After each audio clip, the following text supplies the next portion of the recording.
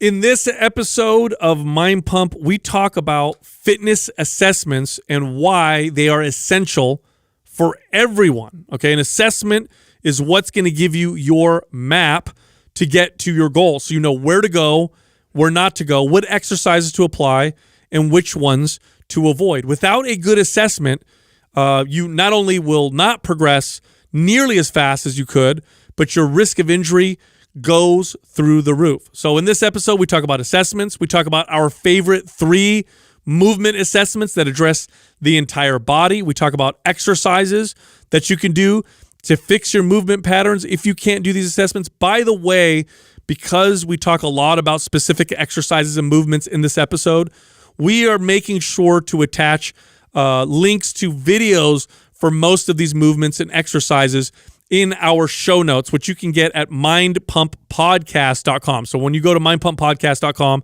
it lists all of our episodes and it lists show notes so you can watch video. So if you hear us talking about, for example, in the episode, we talk about what's called a windmill test, and we explain it and you're thinking, I really need to see what that looks like. Go to the mindpumppodcast.com website, look at the show notes. There'll be a link where you'll see one of us explaining it on video on how to do it. Now, if you're a trainer, you definitely should pay attention to this episode. If you're not doing an assessment for your clients, you're doing them a huge disservice. In fact, if you're going virtual right now, like most trainers are because of this lockdown, you definitely should get your hands on the programs MAPS Prime and Prime Pro to really help your clients out. And of course, anybody listening right now, those 2 programs can really help you not only self-assess yourself, but correct muscle imbalances and really set your body in the right motion for better results. Here's the best part. Both MAPS Prime and Prime Pro right now are 50% off. These are 2 of our most valuable programs for everybody. We think everybody should go through these 2 programs, regardless of your goals, regardless of your fitness level, regardless of which MAPS program you're following or whatever other workout you're following. Everyone should go through these 2 correctional exercise programs. And if you're a trainer, you for sure should own these programs because then you can help your clients with them. Again, both programs, 50% off. Here's how you get the discount. Go to mapsfitnessproducts.com. That's MAPS fitnessproducts.com and use the code PRIME50. That's PRIME50, no space, for the discount. I actually think this is a really cool topic because we discussed this off air a long time ago when we first created all the programs. And I remember Sal had already had MAPS Anabolic and then Performance came and then Aesthetic. And when we did that, one of the things that we all agreed on is that in a perfect world, if we were to create them in the order that we think they're most appropriate, MAPS Prime would have came before all of those. Mm-hmm. And the reason why that is when you think about the very first time you meet a client or a potential client, the very first thing I do is not, take them through a MAPS Anabolic workout or a MAPS Performance Aesthetic type of workout. I do a full assessment on them. You have to. It would be like taking your car to the mechanic and you never tell him what's wrong with the car, and he never does it. They just start like taking parts away. Yeah. You just drive it up and be like, all right, I'll be back tomorrow. Figure it out. It's impossible. And one of the most valuable things that a trainer can provide a potential client, is a good assessment, is the ability to assess the individual, the person, not just through movement, but also through questionnaire, to help figure out what the best approach is, because the medicine has to be right for the person. So if you're going in and you have specific goals and time frames and how your body moves and hurts and all that stuff, if we consider all of that, we can create or direct you towards a program or a way you should work out that will give you phenomenal results.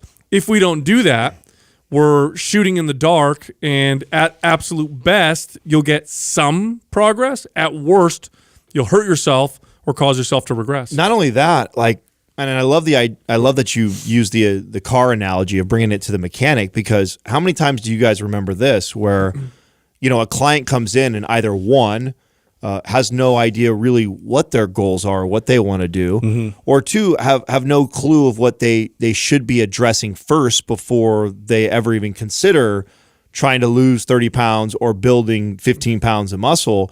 So I remember the first part of my job with a client was convincing them of what they need to do first.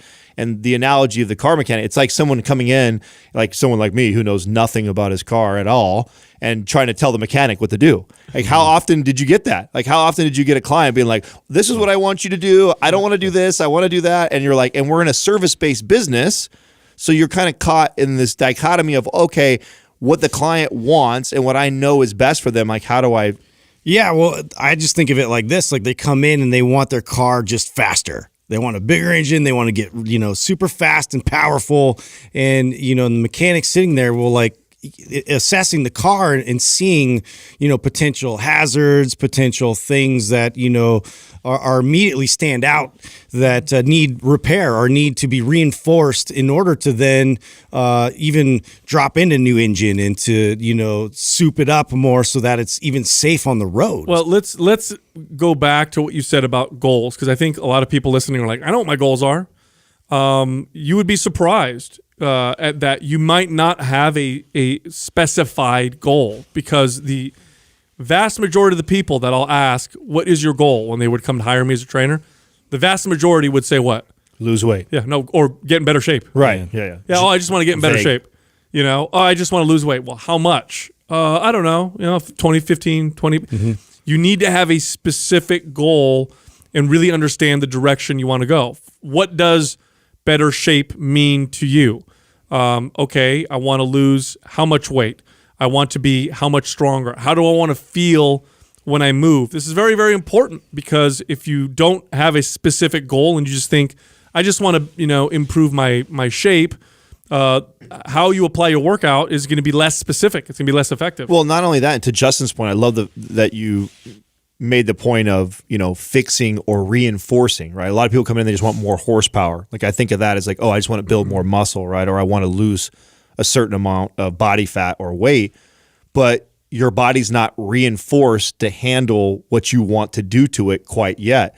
And a lot of times that's the case. A lot of times, especially since a majority of clientele that I think most of us trained would be, north of 35 years old, normally deconditioned and looking to get into better shape. And, part of that process is making sure that we reinforce their joints and make sure their body is moving and operating properly before I slap a 400 horsepower engine on it, right? Before I decide, let's rev this thing up and see how fast it'll go and see how much weight we can lose or how much muscle we can build, I need to first make sure that it's working properly and running properly and reinforced properly to handle what you want to do. It's just the order of operation. That's all it is. I mean, if you want a really nice paint job on your car, there's got to be a base coat or whatever, primer that they put on it first. Otherwise, it won't look good. If you want to, lose weight or build muscle, get stronger, you may be thinking, well, I don't want to do all that correctional exercise stuff. I just want to get to the muscle building and fat burning. Let's just get there. Yeah, but you won't. See, that's the thing. Yeah. You won't get there because you didn't correct these issues, because you didn't establish good movement patterns. So it's not taking time away from you getting to your goal. It's not like you're going to get to your goal slower because you're focused on the proper order of operation. You'll actually get there faster. If you ignore those things, not only will you get to your goal slower, you may never get to your goal, or you may hurt yourself. So it's something that we're saying that, you could do it this way, but this is a better way to do it. What we're saying is, this is the way to do it, right? And that's why an assessment, one of the or you'll get get so there and it's very short-lived, which I think is probably the most common. What I see with a lot of these fitness plans and diet plans out there, they're really just trying to cater to people coming in like exactly what they want, and a lot of trainers fall into this sort of mentality of like, I'm in the service business, so I want to produce something as quick as possible for these people because this is what they expect. And to be a better trainer, to evolve as a trainer, is to then, account for that, but now show them the proper way to do it. Well, this is also one of my biggest knocks on the group training, because most group training classes don't offer some sort of an assessment. No, they can't. They can't. They It can't. just doesn't work. It's a class full of 30 people that are all different body types, all different goals, all different age, all different fitness levels, all getting thrown into one class, and running on a treadmill, rowing, and then doing some lifting weights. And there's a small percentage of those people that was perfect for them at their point in their fitness career, and it worked out for them. There's a much greater percentage of people, like Justin is saying, that get temporary results, that because they're expending a bunch of calories and their goal may have been to lose weight, that they end up losing weight. But one of the number one reasons why someone cancels like an F45, an Orange Theory, or a CrossFit classes, right, is injury. Yeah. Mm-hmm. And whether that is a major injury, like when I say injury too, a lot of times people think, I've never heard of someone breaking an ankle or breaking a hip, and in one of these classes, it's normally chronic pain. Yeah, stuff just starts to bother you. Oh, I can't. I got to. I can't do that anymore. My because shoulder knees hurts when I do this. Yeah, now my shoulder's been bothering me. Yeah, So I shin can't do it. splints, shoulder issues, frozen shoulder going on. You got hip problems, bursitis. Like you start to see a lot of this, and what that is, that's an example of somebody who's tried to build all this horsepower, push this vehicle without reinforcing all the other things to support that. And that's one of the biggest problems I have with the group training, because they don't do that. Now that's me picking on group training. You see this too in the virtual world of coaching and training. Mm-hmm. You see a lot of coaches that will, here's your workout. And it's like, okay, wait a second, is that person ready for that workout yet? Or is that the most ideal workout for them? Or could we do something that's less and still achieve just as much results, or do something even better? Yep. A fitness assessment is your map, and you're trying to get to a specific destination. Having a good map is going to get you there faster. You're going to know which routes to take, which routes not to take, and a map is very individualized. It's for you. That's what the assessment does. So some of the questions you want to ask yourself, well, the first one we talked about was what your goal is. What is your specific goal? By the way, the more specific you are with this, the better. Okay, so try to keep it specific and not super general. So what does it mean to you to get in shape? Okay, you want to lose weight. How much weight are we looking to lose? Okay, you want to build some muscle. How much muscle do you want to gain? So get very specific there. And even more, right? So sometimes when people say a generic goal to me, like, oh, I want to lose 20 pounds, Adam, a lot of times I'll look back at them and I see the scale, and I'm like, they don't even realize that I could keep their weight exactly the same and completely alter the way their body looks. Yeah. So understanding that is even key. Right. So I want to look leaner. Right. I want to be leaner. I want to have is it really about the scale, or is it you want to look a certain way that you don't look right now, and you want to achieve that? Because understanding that's important. Right. Mm-hmm. Understanding that maybe you're 140 pounds right now and you're a 5'5" female, and you're like, man, I think I look way better when I was 115 when I was in high school or whatever. Well, that was your high school weight when you were a kid still. I could take your 140 and you can have an incredible physique. And that seems crazy to you right now because you think, oh my God, I feel so sloppy, or I don't like the way I look. But that's because you have a high body fat percentage. A majority of your weight is right now is more body fat than it is lean tissue. And if we actually build a lot of lean mass on you while we also lose body fat, you may stay about the same on the scale. Right, but you'll look way different. Right. And what people don't realize is specificity is key when it comes to training your body. The more specific you can be about those types of adaptations or things skills or losing very specific amount of weight or body fat percentage or whatever it is, the more specific you can hone in on that, the quicker you're going to get there. The more general you get, the more your general training is going to look. It's going to take a lot longer for you to produce a result. Right. So another good question would be, what is your current level of fitness? This is a very important part to be honest here with yourself. How fit am I right now? Now, if you're not doing anything, then you have a very low fitness level. Now, why is this important? It's important because, again, you want to apply the right amount of exercise. So if I'm going from no activity at all or barely any activity at all, then I don't want to jump into a 4 or 5 day a week workout program. It's just inappropriate. It's not going to produce better results. If anything, it'll produce worse results. So you want to be very, very honest with your current fitness level, because In order to get your body to change, you just got to do a little bit more than that. And that step ladder approach is what will keep your body continuously progressing. It also helps you avoid plateaus. And plateaus are one of the number one reasons why people stop working out. Besides injury, people stop when they get their initial, burst of results, and then nothing else happens. Yeah. Now I'm busting my butt working out. It's insanely frustrating. Super frustrating, but now I've got nothing to show for it. And I've been doing the first 2 months were great. The last 6 months, I've stayed the same.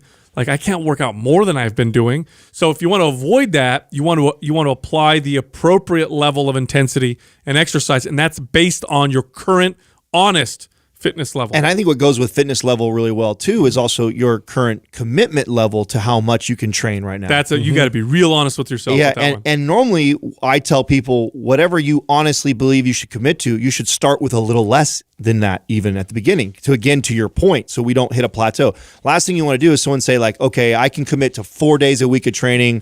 I mean, if I get the sitter on this day and I do this, like I could make this happen. It'll be tough, but I can make this happen. Like, I don't want to start that person at 4 days a week. I'm going 2 or 3. Right. You don't want to stretch too far out. You want to do something that you literally can do right now. You want to, and add to that. So when you say to yourself, how many days a week can I commit to exercise? Add the following to that sentence: forever. Okay. So how many days a week can I commit to exercise forever? That changes it quite a bit. I used to love doing that. Like, I would ask somebody, how many days a week do you think you commit to exercise? Oh, and they're walking in motivated, they're just signed up at the gym or whatever. Oh, I can do 4 days a week. No. How much do you think you could do for the rest of your life? Oh, what do you mean? Well, something realistic that you can always do no matter what. The number always changes. Oh, I don't know, 2 days a week. Well, guess what we're going to design your routine around?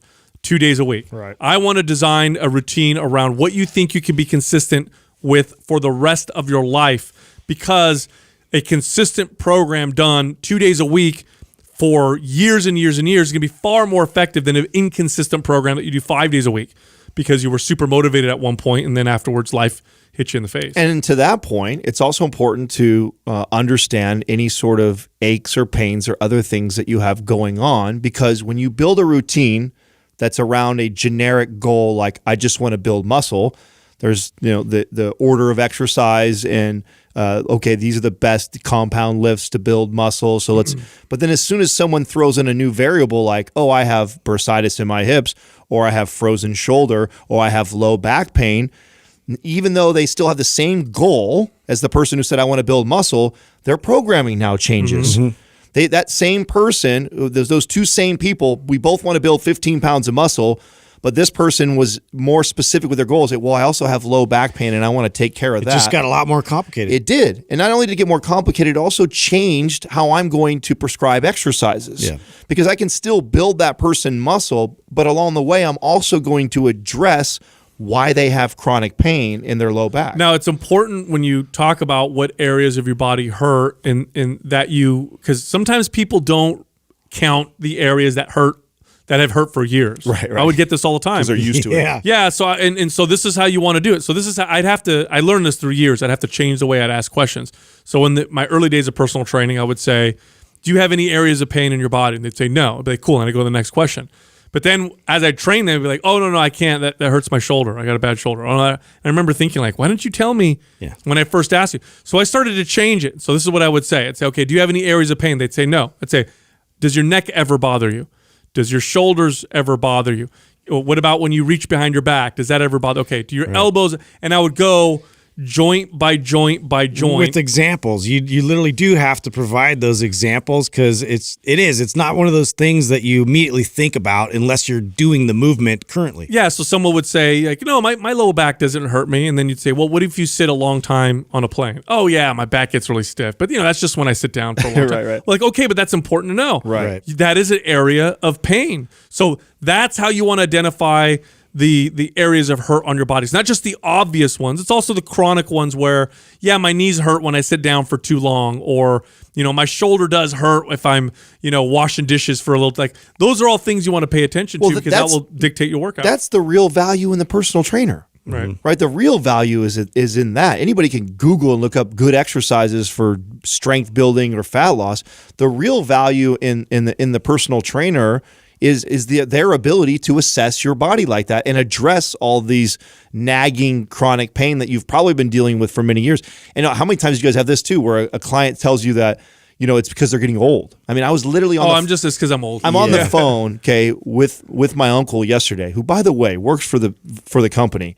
And it's crazy how this it reminds me of how much we have to keep repeating this message that I've got somebody who works for the company, understands everything that we're doing, yet will say things to me like he did on the phone yesterday about his hips, and he's just like, my hips are they're shot, they're done, and they don't. I'm getting old. It's part of getting. You'll see when you get older. It's like, how many times I've heard that? I've been hearing that since I was 20 years old. Just call it in. I'm getting old. You'll see. When you get older, you'll see. And let me tell you, I know when I got older, when I got in my 30s, you're right.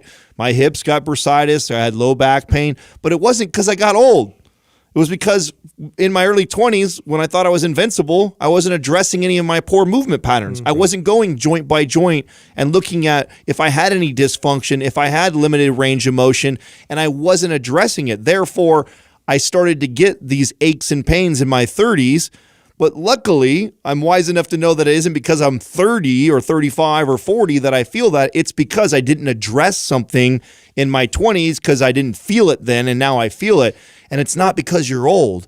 Yeah. It's because you're not addressing something that you want to address first before you even think about. And you may think of those examples right now personally of certain types of movements and things that may stick out right away. Like, oh my God, wait a minute. No, I'm gonna feel that in my wrist. Oh no, I'm gonna feel that in my shoulder. So you start just naturally avoiding certain types of movements. And then what that does over time is your body just deprioritizes those types of movements. And now I can't do those movements. No, that's a great point. So it's not so much that you're going to identify areas of your body that hurt so you can avoid certain exercises, although that's a part of it at first.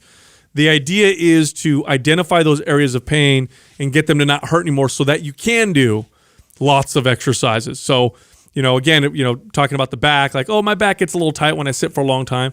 Okay, so initially we're going to avoid certain exercises, but we're going to address why that happens in the first place. Let's create better movement patterns so that your back doesn't bother you anymore so that you can do all these other exercises. Most pain that people have comes from poor movement patterns. A small percentage of people's pain actually comes from acute injury. So if your knee hurts because you literally smashed it yesterday or hurt your knee, that's different. But if your knee hurts and it's just been hurting and sometimes it bothers me when I do certain things, well, that's chronic pain, and that's usually the result of poor movement patterns. So imagine this for a second. You've got poor movement patterns that kind of cause knee pain every once in a while when you do certain things. What do you think is going to happen to your knee if you just go into a workout without addressing that? It's going to get much worse.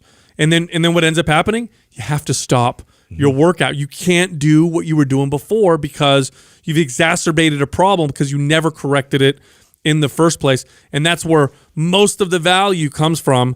An assessment is identifying these parts of your body, getting yourself ready. By the way, while you're doing this, you're still working out. You're still moving. Your body's still adapting. You're probably still building a little bit of muscle, but you're preparing and prepping your body so that as you start to move forward, things accelerate and you get really, really good results. Well, we should simplify too. Why is it that we get chronic pain as we get older? Like, why is it that we all, when I used to sit down as a kid at school all day long, my low back didn't bother me, but now when I sit down in a car or a plane, right? What is it though? It's what we need to understand, or what people need to understand that are listening and trying to figure out, why is it that my knee all of a sudden hurts all the time, or why do my hips bother me all the time? Is the entire body is supposed to work and communicate together. And when we're young and spry and playing and moving in all different planes all the time, we do a really good job of staying very well connected and utilizing the joints through its full range of motion. And as time goes on, like Justin was alluding to earlier, if you don't use it, you lose it. And so when you stop utilizing a joint and moving it through its full range of motion, it says, okay, we don't need to do that anymore. But then you still got to go through your normal daily activity. So what ends up happening is the body starts to figure out how to overcompensate to keep you still doing the things that you have to do, but because you're not training the body and strengthening it to work and speak together, it starts to overcompensate in certain areas. That overcompensation is what we call like overactive muscles or tight muscles. And that tightness or overactiveness ends up pulling and stressing the joints and ligaments, and that's where the chronic pain comes from. Well, so, you know, when you look at joints and how they move, there's an ideal way that they can move, and then there's a less than ideal way that they can move. And you can get away with less than ideal for a while, but over time, it starts to overcome your body's ability to heal from the poor movement, and you start to cause problems. This is why, you know, if you start moving, you know, poorly now and you're in your 20s, it might take 5 or 6 years of just basic walking and moving, but eventually you'll start to develop problems. By the way, usually it happens a little sooner than that, but over time you start to cause problems. So if you think of like a sliding glass door, it fits on a track, right? And it slides on the track. If it's off the track just a little bit, it'll still open and close, but over time it starts to chew up that track, it starts to cause problems. And then what are you going to do? You're going to replace the door without ever fixing the fact that it doesn't track properly? You're going to cause that track to get chewed up again.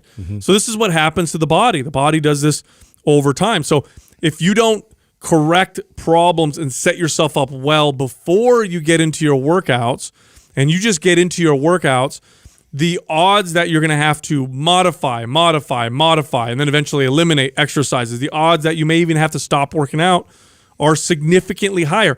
Even if you don't ever have to do all that, we know that good movement produces better results than poor movement, even if there's no pain.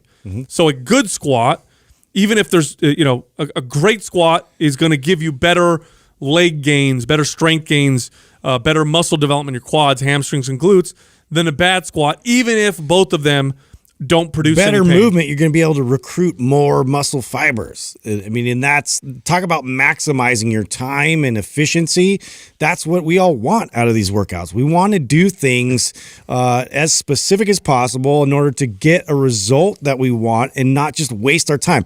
Nobody wants to be in there wasting their time and adding more problems to what you already had pre-existing. So this is such an important thing to consider when coming back in and then wanting to then change your body the correct way. Well, not only do I think that this is one of the most valuable things that a trainer can provide for you, this was also one of my favorite things that brought the three of us together. To this day, I think all of us equally, for sure I am, most proud of the MAPS Prime program because of this, because we all value this part, the assessment portion of training more than anything else that we've ever created or we've ever talked about on the podcast. And the idea of, okay, how do we take our years of experience and what I can give to somebody in person. When I have a person for hours on hours, day after day, and see the way they move, and then change my programming based off of that and address that to help that person. How do I take that knowledge and then put it in a digital form to help the masses? And then how did the three of us all collaborate on that? And that really was the birth of MAPS Prime, which is truly an assessment. It's an assessment that everybody should go through before they get into any sort of a routine. And the way that we simplified it for the masses, not just for trainers and coaches to utilize, but for the average Jane or Joe to be able to utilize and help themselves out, was we agreed what we thought were three of the most important movements that we would need to see to really be able to start to point that person in the right direction. Right. And in basic, and this is very basic, if you can do these movements perfectly without lots of struggle, without pain, you can, complete them well, then you're good. If you can't, then we'll give you a list of exercises that you can practice so that you can do those tests. And generally speaking, of course, it gets much more, individualized when you work on an individual basis. But generally speaking, if you could do the following three things really well, then you're probably, for the most part, going to be okay when you go into your workouts. The first test that we put in there is called the wall test. By the way, if you want really detailed explanation of how to do some of the stuff we're going to talk about, you can go on our YouTube channel, search for these things, or if you go on our Mind Pump Media website, in the show notes for the podcast. So click There on should the all be podcast. links in the show notes after this. Yeah, you'll be able to click on it and actually watch us kind of break down how to do it. But we'll explain it right now on the podcast. A wall test really is looking at mostly the upper body. Okay, we're looking at the upper body, although there's a little bit of the lumbar spine in there, but the lower back. But we're looking at the upper body, and we're looking at your ability to move your shoulders through a full range of motion, and if you're able to hold yourself and stabilize yourself in really good posture. Yeah, this is mostly cervical spine, thoracic spine, so mid back, neck, and shoulders, and your ability to move properly in those areas. So basically the upper, from the chest above, are all the areas that we're looking at. And the reason why the wall slide, The wall slide was chosen by the three of us was because it really points out the most common offenders. Like when we look at all the clients that we've trained, I would say at least 80% of those people suffer from some level of upper cross syndrome. This is desk jobs. This is like just something you see every day in the workforce. You see in schools. It's just we have sort of set everything up so we're always sort of hunched forward, and we're riding in front of us, and we're looking in front of us, and we're leaning forward constantly. And so just the patterns of that alone creates these types of compensations that we're trying to address with this specific test. Yeah, your body literally molds itself to what you do all day long. You guys ever look at pictures? Ever see those like old pictures of from Japan when they used to do foot binding, and then they would take the foot binding off to see what the foot looked like? Have you ever seen that? Yes. Yeah. So these was it from China? Was it China or Japan? China. Okay, so China. So Yeah. so they showed these if you can look these up online, but if you're a little queasy, I would suggest you don't. But they would bind these girls' feet when they were really young to keep them really small. And then there's pictures of what the foot would look like when they take the binding off. And the whole foot was folded underneath with the toes underneath, because the body starts to shape itself through these outside forces. And so, if you sit down a lot, well, first off, you're normal. If you live in modern society, you probably sit down a lot. You probably have a desk job. You're on your phone or computer. And so your body kind of molds itself that way. So what ends up happening is your head starts to jut forward. You get what's called forward head. So you lose that tall neck posture. Your shoulders start to round. Okay, this is where the shoulders kind of come forward. That's a part of your body molding itself to the to the way you're working and sitting all the time. Now that can cause problems when you go to work out. When I go to do certain exercises, the risk of shoulder pain or neck tightness, if you think you have a tight neck now, it's going to get way worse if you don't correct this problem when you go do your workout. If it's forward and you're straining, oh man, the pain will be almost immediate. Well, let's just talk about the big five, right? The big five movements that we always talk about that are so important. And when you look at like overhead press and bench press, which are staples in almost every muscle building fat loss program, and if you have excessive forward shoulder and forward head, you're looking for a potential injury that's going to happen. It's a big problem. Or at the bare minimum, aches and pains that are going to come from that if you don't address this. Right. And by the way, neck tension and tightness is a nice, easy signal to know that this may be a problem. And the reason why you get that tightness is there's muscles in the neck area that start to compensate to try to stabilize this poor posture. So if you get tension in your neck, you're like, why do I get so tight? You don't even work out. You just sit down in front of a desk and yet you get this tightness. You probably have some of these what are called posture deviations. Okay, so let's talk about the wall test and how to perform this. Again, we have the video linked in the show notes, but we'll try to explain it on the podcast the best that we can. So a wall, you want to use a wall because that's feedback. You want a nice straight wall that you could lean up against. You want to place your body stand up against the wall. You want your butt to touch the wall. You want your shoulders to touch the wall. You want your back to be relatively flat. You don't want to have a huge arch in your low back. You should be able to probably press against your hand if you were to slide it under your low back. So you don't want to have this super strong, butt sticking out type of arch. And then here's the important part to start with. You want the back of your head. There's a small, at the base of your skull, you'll feel, if you feel it around right now under your hair, nodule. There's a small nodule that you'll feel. I can't remember the name of it, but we all have it. That's the part you want to be touching the wall while your butt and upper back and shoulders are touching the wall. So, in order to produce that, you do have to look pretty silly. I mean, you have to like pull your chin in, so you're basically performing the double chin. I do this every time I smile. Yeah, fat face. yeah, you're gonna have fat. If you're doing this right, you'll have fat face. Right. That's it. Most people are gonna have everybody, and this is why this is so important is that almost everybody has this. Yeah, but don't feel bad, by the way. Most people will fail this. You're gonna fail it because I haven't even given you the test part yet. That's just the beginning of the position, which. I would say probably a good 30% of you can't even do that. I bet you about 30% listening right now can't even get the nodule of their head up against the wall without overarching their back or taking their Another butt off common one too, just to get the shoulders to touch, a lot of times you really have to excessively arch the lower back. Yep. And so a lot of times, and this is why we do try to then press our lower back into the wall by drawing in, your stomach and squeezing your core. So you actually lose that connectivity in your core, which is vital, especially if you're pressing anything overhead. We want to make sure that our spine is supported. So if you start to arch excessively, you have this rib flare, which your ribs start to kind of come up, and it's very visible. That's something that we need to correct. Yeah, if you start to feel shearing in your low back, like, oh, I'm arching too hard, then okay, you're failing the movement.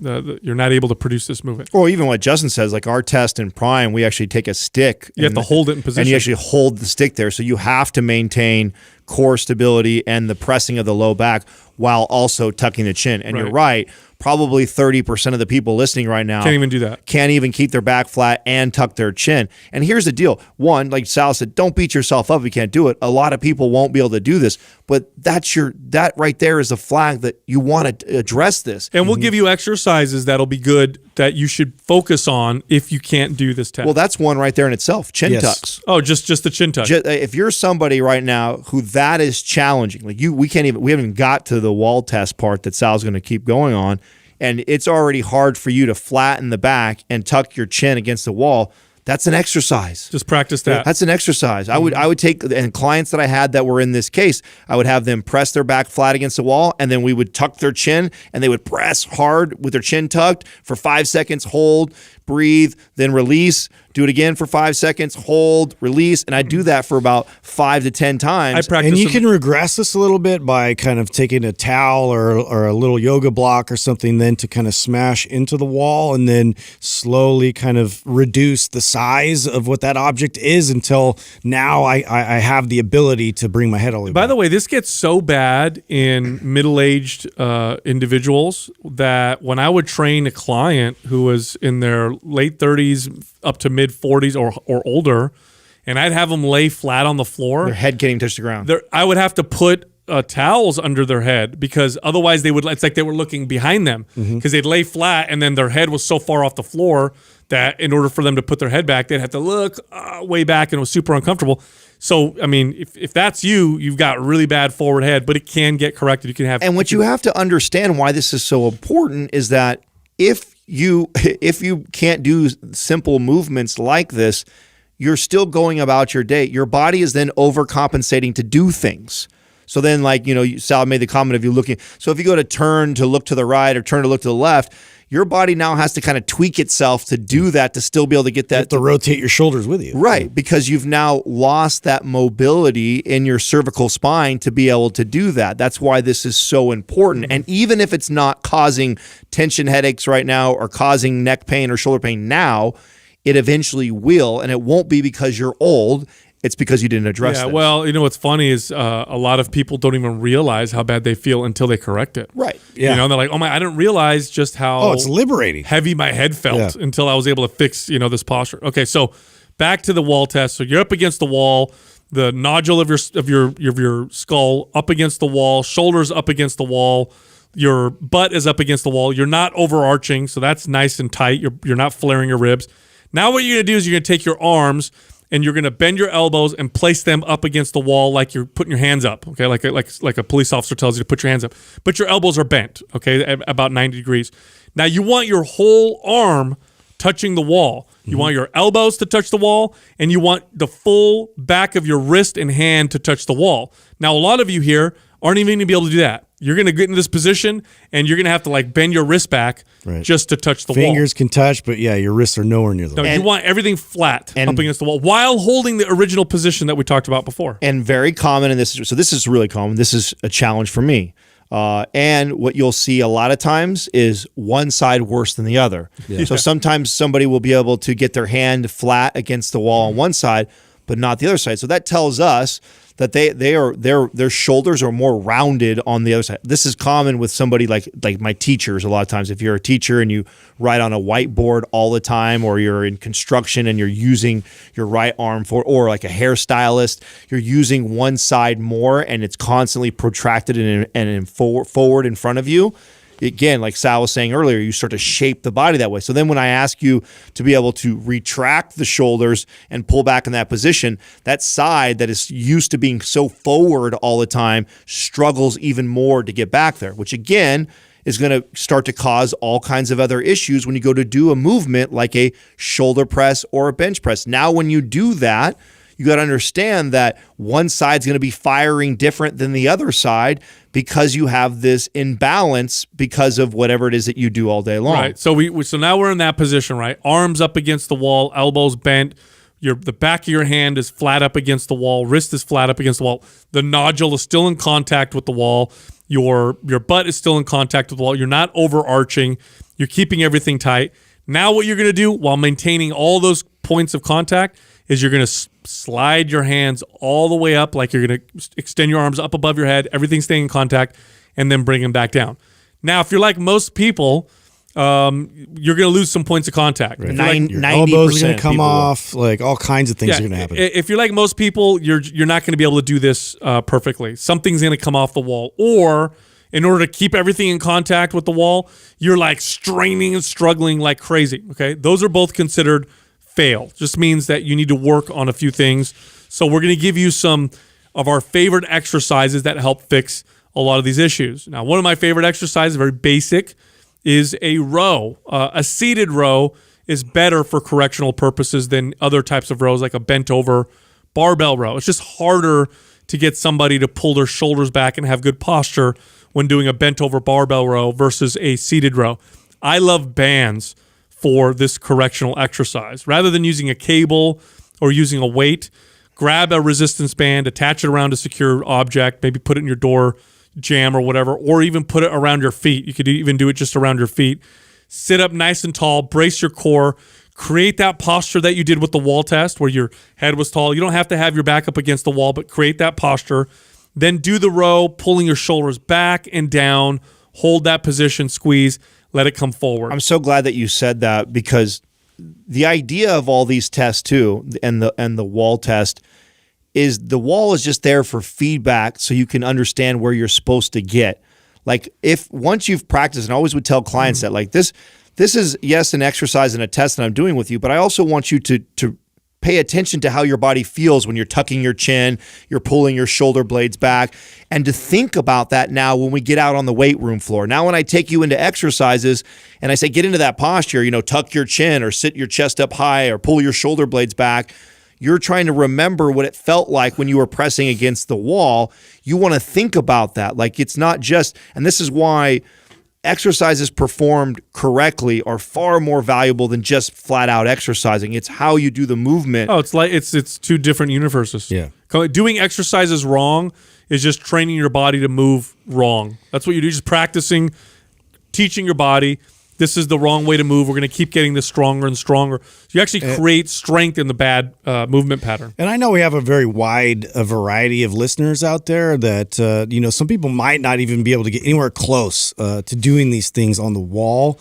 And so an option that you can use is to do this on the ground. Mm-hmm. And so to lay down flat on your back and go through these same type of movements and do a slide using your arms in the position Sal was describing, with your elbows bent and your wrist touching the ground, and then reach behind you and just start with that. Really start to connect to that and try and squeeze and feel your muscles through that process. And the reason why that's a regression or a good place to start if you really struggle with the wall is we're just using gravity. Mm-hmm. Yeah. We're now using gravity to help us, right? Gravity's pushing down on us, so all those things that are deviated, it's pushing against them to assist you, Where when you're standing upright, you have to actively be able to intrinsically think about all those things to get in that, which can be a little bit challenging if you've never done it before. So that's a great tip. Here's another good one I think I can explain through the podcast. These are called wall circles. They're really, really good for shoulder mobility. And essentially, here's what you do. You stand up with your shoulder up against the wall. So now you're kind of standing sideways to the wall. So place your shoulder up against the wall. Take your hand, the back of your hand, place it up against the wall. Now rotate your hand or keep your arm straight. Create like you're creating a big circle with your arm, with the back of your hand up on the wall until you can't go any further. Then turn your hand so that your palm is on the wall and go all the way around and make a complete circle. It's harder done than said. It's a lot easier said than done. Oh, you want to raise your arm nice and slow all the way up till you get to about your ear or so, right? And then you have to turn the hand. Try not to lean away from the wall either, which is going to be something you're going to want to naturally do. So you try and really concentrate on staying in one place and really connecting to that. And then right when you get past your ear start rotating your wrist, and then you're going to get your palm down and then kind of continue the circle like Sal says. Yes. So my favorite, and we're addressing similar things by doing this, but my favorite move to teach for shoulder mobility like this, and where you're taking it through its full range of motion, like the wall circles, is handcuff with rotation. We have a great video on YouTube. That'll be in the show notes. Handcuff with rotation, same concept. That's what we're trying to do, is work on taking the shoulder through its fullest range of motion in all the planes. Handcuff with rotation does that. I find it a little bit easier to teach than the wall circles. Most people that I would teach wall circles with, I feel like they have a hard time. Unless you're advanced, you have a hard time understanding the concept of what you need, how you need to keep your body and not deviate. Because anybody move away from the wall. Anybody can stand by a wall and draw circles on the wall. But what you find with the clients is they lean away from the wall, and then they cheat. They rotate their upper body to turn. And the idea is that you are staying in a very fixed position, and we're working on just the shoulder joint, where it's a little, I think, harder to coach to. I think handcuff with rotation is easier for me to coach to, and accomplishes the same concept. That's another great move. Watch the video. We really break it down. Prone Cobra, another great exercise. We have that on great movement on YouTube as well. Really, really good at strengthening the mid back, drawing the shoulders down. You could do it on the floor. You could do it on a physio ball. You could do it on a bench.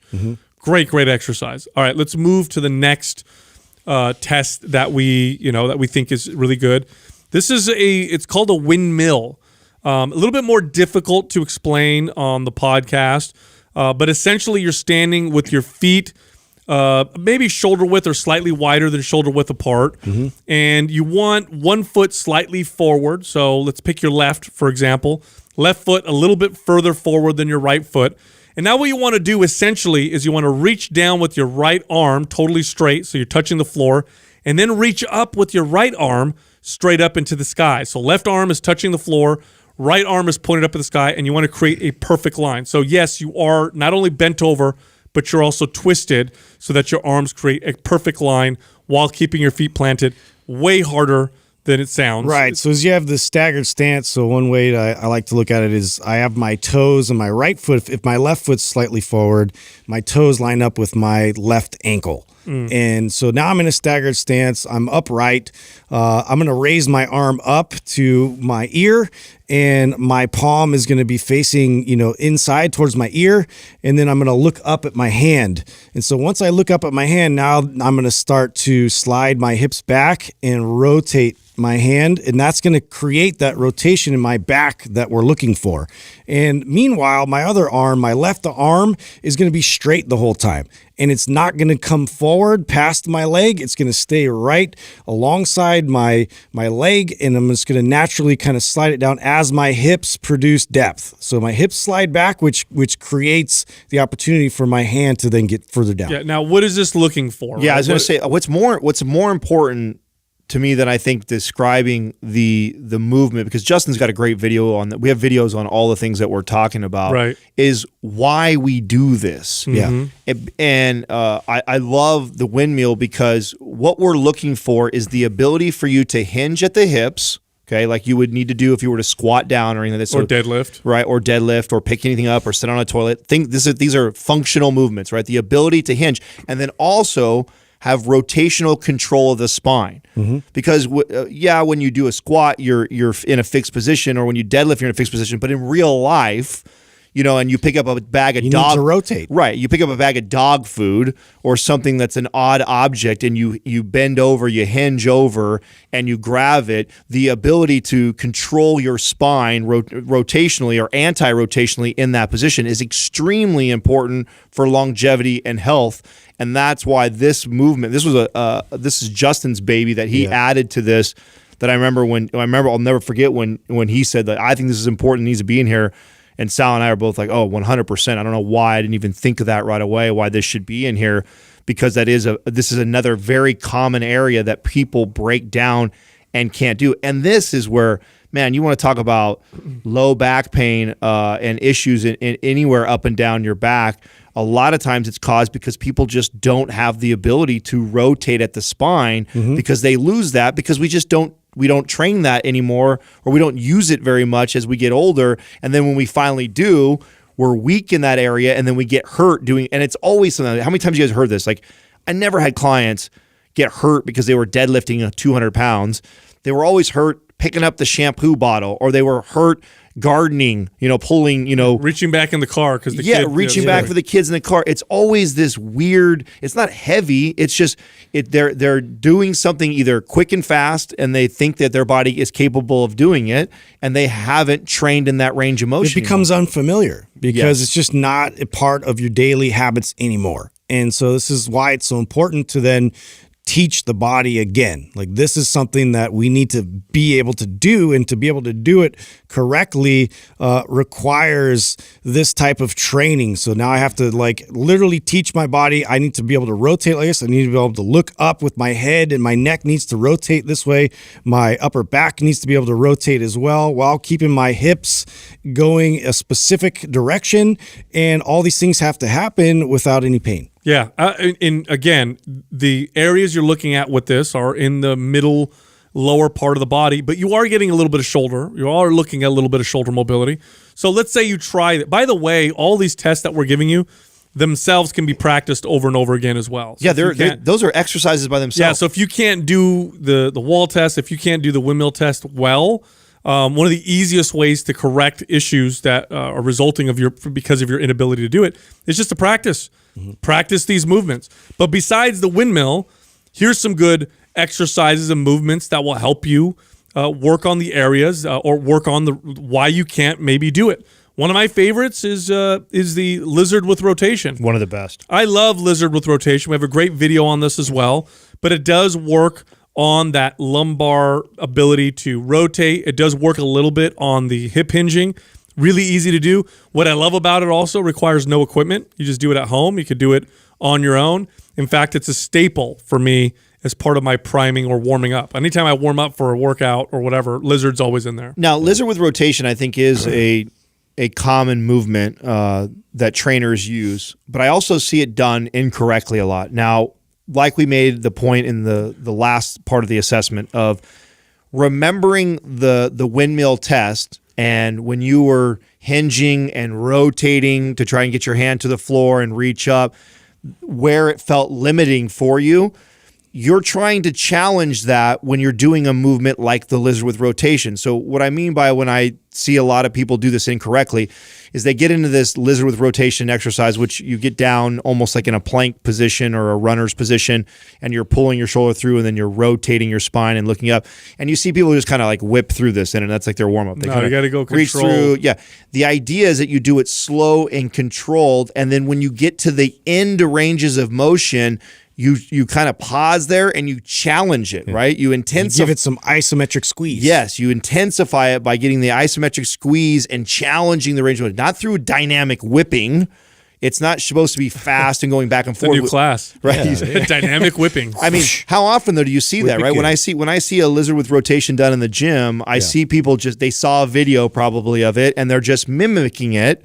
When you do it, the intent of how you do it is the most important part. Otherwise, you're not really working on where the dysfunction and the breakdown is. The dysfunction, the breakdown normally with the windmill is the inability for you to rotate the thoracic and lumbar spine and rotate around like that. So then when I'm doing the lizard with rotation, I'm challenging the end ranges of motion and intensifying, like Justin said, and then coming back through and then challenging it again each time. So another thing, I had like issues with being able to access like my thoracic spine and be able to flex, extend, and do these things and manipulate it a certain way. And so cat-cow was a drill that I would do constantly to really try to. I love cat-cow. Yeah, to gain control of that again. And I think that a lot of people don't realize, like, and that's again, it's just addresses a lot of other issues as well. Whether like you have, if your shoulders are too protruded forward, that this is all going to be compensations that we're addressing too that affect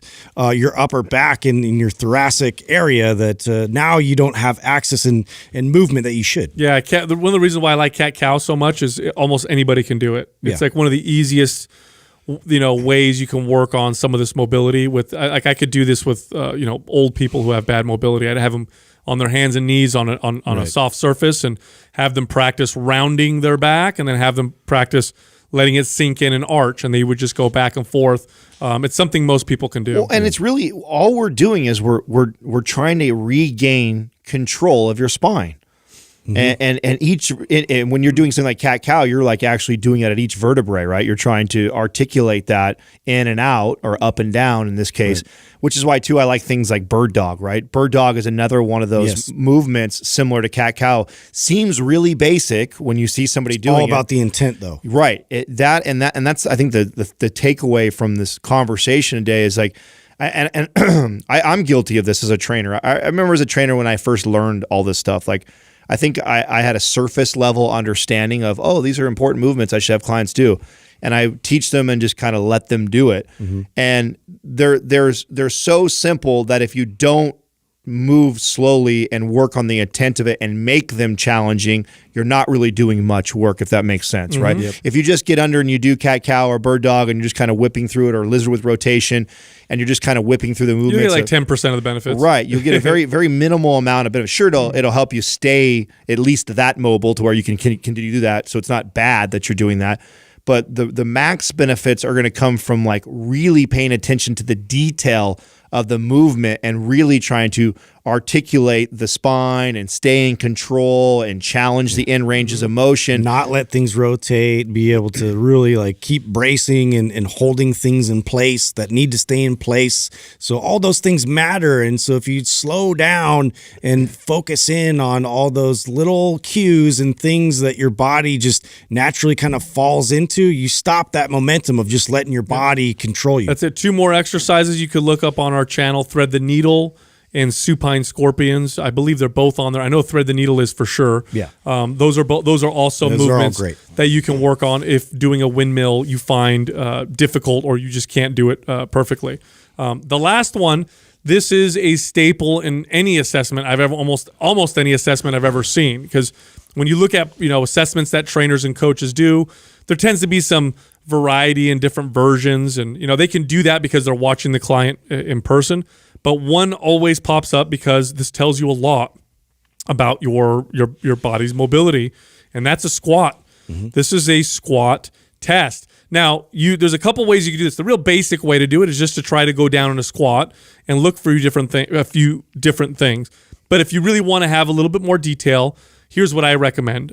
Get a broomstick, place it on your low back by holding it with your arm, and you want it to be touching your tailbone, you want it to be touching the mid-back, and you want it to be touching the back of your head, and hopefully it's the nodule in the back of your skull. The video that I have on my Instagram right now, which will be the last video, like I won't post anything between now and this video being live, is that. Okay, perfect. I don't know if you've seen that or not. It's actually a picture of me holding the stick on those 3 points of contact on my Instagram page. So if you want to see what you're talking about. Good. And now when you're holding that stick there, now you want to get your feet a little wider than shoulder width, and you want to do a full squat. Go down as low as you can comfortably and look for a few different things. Did those points of contact come off the stick? Did your heels come off the floor? Did your knees cave in? These are all real common issues that people tend to Did see. you shift to one side or the other? Are you leaning to one side or the other? These are things that people tend to see, or issues that they tend to see when they do a squat test. And if you see any of these issues, then you definitely want to work on fixing those problems. Now, one of the most common issues that you see with this is someone can't squat without their heels coming off the floor, or their feet will turn out really, really far and their ankles will cave in. It's kind of a similar problem. It's because you have really, really tight calves. You have poor ankle mobility. Well, one of my favorite movements to address this is called the combat stretch. Again, we have a video of that on our YouTube channel, and it's just exceptional at fixing ankle mobility issues.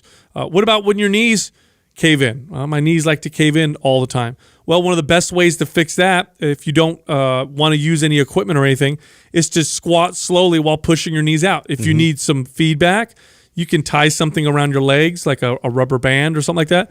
Push your knees out as you do your slow squats. That helps with that as well. And then floor bridges. I love floor bridges for strengthening the hips. Some people, when they squat, one of the reasons why their heels come off the floor is they're not able to sit back properly. They can't activate the glutes. Floor bridges really helps to activate that. Anything I'm missing? Well, yeah. When you talk also too about the knees collapsing, the rubber band is one thing. This is also where a lot of times when the knees collapse like that is just your inability to internally and externally rotate the hips really well. This is very, very common. This is also connected to a lot of times when people have bursitis in their hips like I did, right? So because I lack the ability to internally, externally rotate the hip to its fullest capacity, and then I still was squatting, all of a sudden I get this like sharp, like feels like pain, like someone's sticking a knife in my hip. That's the bursitis sacs that I'm feeling that hurts like that. And the reason why I'm getting that is because I'm still performing exercises, but I'm not addressing my inability to rotate my hips like I should. And a lot of times you see that expressed in the knees collapsing too. So one of the best things that you can do, and for sure been game changer, life changer for myself, has been the 90-90 variations. And when you're and we have lots of good videos on the 90-90 and the variations around them. And when you get good at being able to internally, externally rotate the hips, it opens up that whole hip complex, allows you to get down into the deep squat without overcompensating, and will lead. A lot of times, this is also what's connected to low back pain. A lot of times people think low back pain is like, oh, I have my low back hurts, so something's wrong in the low back area specifically. A lot of times it's related to the whole hip complex because it's all connected, and because the hip complex is so tight, it's pulling on the low back area, and that tightness is coming from the inability to rotate the hips very well. Right.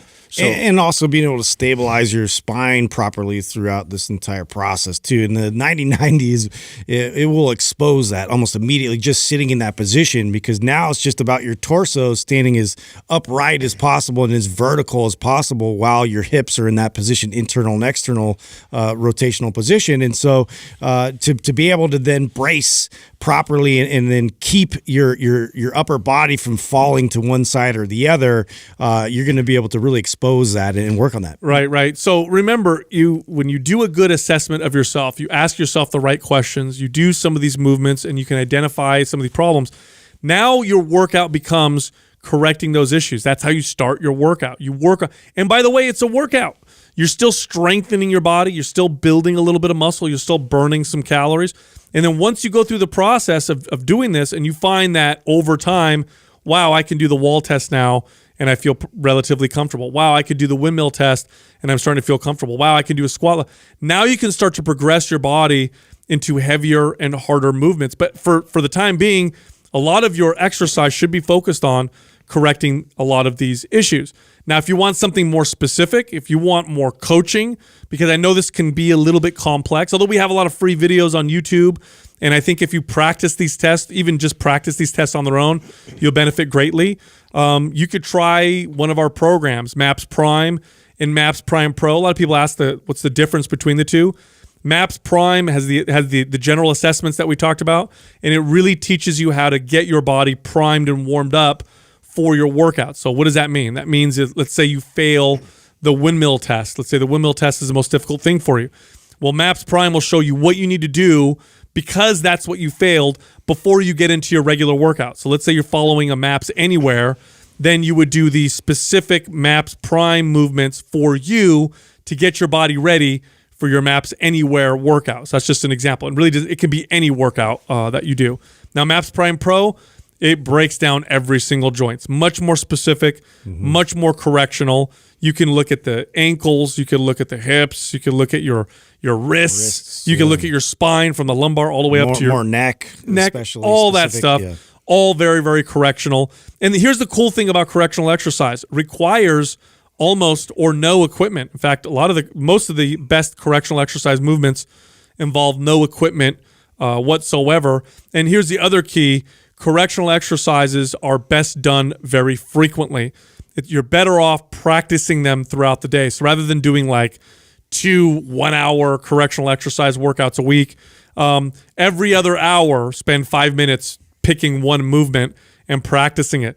That will give you better, faster results, because what you're trying to do with correctional exercise is create new recruitment patterns and to correct the old bad recruitment patterns. Now, here's the best part. Both MAPS Prime and Prime Pro are 50% off, so we put them both half off. So if you're interested, now's a great time to enroll. You can go to mapsfitnessproducts.com, so MAPS fitnessproducts.com. Use the code PRIME50 for the 50% off discount, both programs. PRIME50 is PRIME50, the number 50, no space, and input that for the discount.